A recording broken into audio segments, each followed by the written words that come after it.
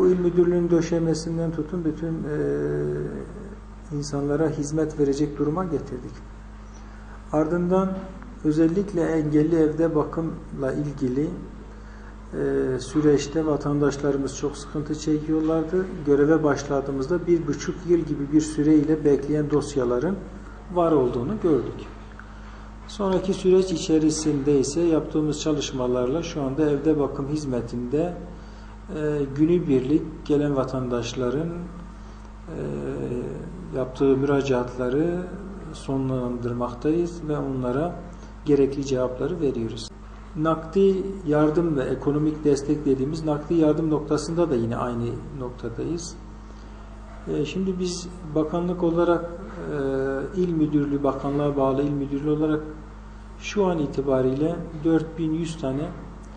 4100 kişiye bakıcı aylığı ödemekteyiz. 550 kişiye sosyal ve ekonomik destek sağlamaktayız. Aynı zamanda Çocuk Evleri Koordinasyon Merkez Müdürlüğümüzü kurduk.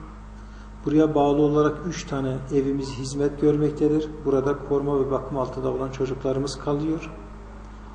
Şu an itibariyle göreve başladığımızda tek bir korucu aile olmayan Muş ilinde şu anda 16 tane korucu ailemiz var. Çocuklarımızı bu ailelerin yanına yerleştirmişiz. Aynı zamanda il müdürlüğümüze bağlı çocuk yuvamız ve yetiştirme yurdumuz bulunmakta. Biz göreve başladığımızda bunlara ek olarak çocuk ve gençlik merkezini Yeşilyurt mahallemizde açtık.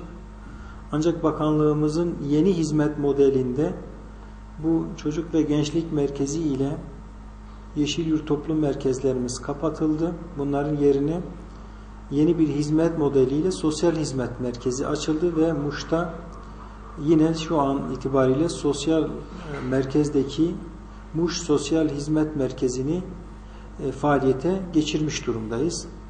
Bizim bütün işleyişimiz köy, kasaba, şehir içerisinde sürekli yerinde hizmeti gerektiriyor ve bu da beraberinde araç sıkıntısını gerektiriyor. Bakanlığımız sağ olsun bize bir araç tahsis ettiler. Bir araçta hizmet alımından tahsisi yapıldı. Ancak Muş'un özellikle kış ve bahar aylarındaki durumu göz önünde bulundurulduğu zaman bazı dağ köylerimize ulaşım bu araçlarla çok zordur.